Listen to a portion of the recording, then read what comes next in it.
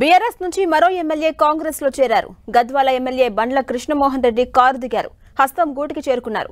కాంగ్రెస్ రాష్ట్ర వ్యవహారాల incharge Deepa Das Munshi CM Revanth Reddy సమక్షంలో ఆయన కాంగ్రెస్ పార్టీలో చేరారు. కాంగ్రెస్ పార్టీ కండువా కప్పి సాదరంగా ఆహ్వానించారు. బండ్ల కృష్ణమోహన్ రెడ్డి చేరికతో బీఆర్ఎస్ ను వీడిన ఎమ్మెల్యేల సంఖ్య 7కు చేరింది.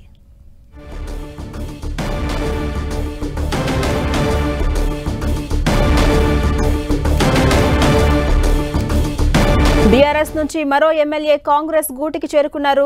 గద్వాల ఎమ్మెల్యే బండ్ల కృష్ణమోహన్ రెడ్డి కారు దిగారు. హస్తం గూటికి చేరారు.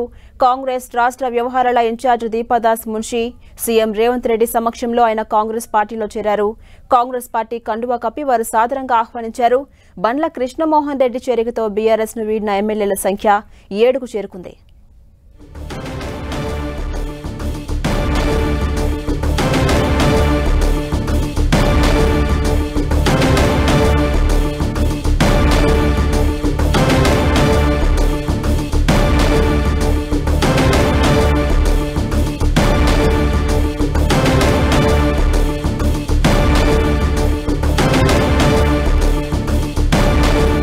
ఇదే అంశంపై మరింత సమాచారం మా ప్రతినిధి ప్రతాప్ అందిస్తారు. ప్రతాప్, బీఆర్ఎస్ నుంచి ఒక్కొక్కరుగా కాంగ్రెస్ కూటికి చేరుకుంటున్నారు.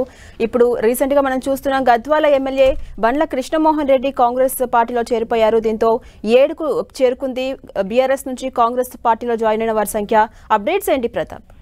జాన్సన్ బీఆర్ఎస్ ఎల్పీని కాంగ్రెస్ పార్టీలో విలీనం చేసుకోవాలనే ఒక లక్ష్యంతో కాంగ్రెస్ పార్టీ నేతలైతే ముందుకెళ్తున్నారని చెప్పుకోవచ్చు. ఇప్పటి వరకు కూడా వరుసగా అందరూ మొత్తం అసెంబ్లీలో చూసినట్లయితే బీఆర్ఎస్ కు మొత్తం 38 మంది ఎమ్మెల్యేల సంఖ్యాబలం ఉంది కాబట్టి అందులో మొత్తం శాసనసభ పక్షాన్ని విలీనం చేసుకోవాలంటే కనుక 2/3 మెజార్టీ ఎమ్మెల్యేలంతా కూడా కాంగ్రెస్ పార్టీలోకి వస్తే ఆ ఎమ్మెల్యేలు వచ్చిన వారికి ఫిరాయింపుల చట్టం వర్తించదు కాబట్టి ఆ లక్ష్యంగానే ముందుకెళ్తున్నారని కూడా చెప్పుకోవచ్చు. అందులో భాగంగానే వరుసగా 1 by 1 ఎమ్మెల్యేలంతా కూడా కాంగ్రెస్ పార్టీలో జాయిన్ చేసుకుంటున్న పరిస్థితి ఉంది. ఈ రోజు గద్వాల ఎమ్మెల్యే కృష్ణమోహన్ రెడ్డి చేరికతోటి ఆ సంఖ్య 7కు చేరిందని చెప్పుకోవచ్చు. మొత్తం 26 మంది ఎమ్మెల్యేలు చేరినట్లయితే కనుక ఖచ్చితంగా ఎల్పీ విలీనం అవుతుంది కాబట్టి ఆ దిశగానే ముందుకు అడుగులు వేస్తున్నారు. వరుసగా ఇంకా కొంతమంది ఎమ్మెల్యేలు చేసుకునేందుకు కూడా ఇప్పటికే సంప్రదింపులు కూడా చేస్తున్నారు. ఆ కొంతమంది ఎమ్మెల్యేలు కూడా టచ్ లోకి వచ్చారని కాంగ్రెస్ పార్టీ వర్గాలు చెప్తున్నాయి. సో మొత్తం మీద ఇట్లా వరుసగా అందరిని ఎమ్మెల్యేలు చేసుకుని బీఆర్ఎస్ శాసనసభ పక్షాన్ని విలీనం చేసుకున్నట్లయితే కనుక ఎమ్మెల్యేలు కూడా పార్టీ ఫిరాయింపులు కూడా వర్తించదని ఒక లక్ష్యంతో కూడా ముందుకెళ్తున్నారు. మరోవైపు ఈ ఎమ్మెల్యేలందరూ కూడా చేరిక నేపథ్యంలో ప్రభుత్వాన్ని మరింత సుస్థిరం చేసుకోవాలని ఒక లక్ష్యంతో సీఎం రేవంత్ రెడ్డి అడుగులు వేస్తున్నారని చెప్పొచ్చు. Right, thank you Pratap.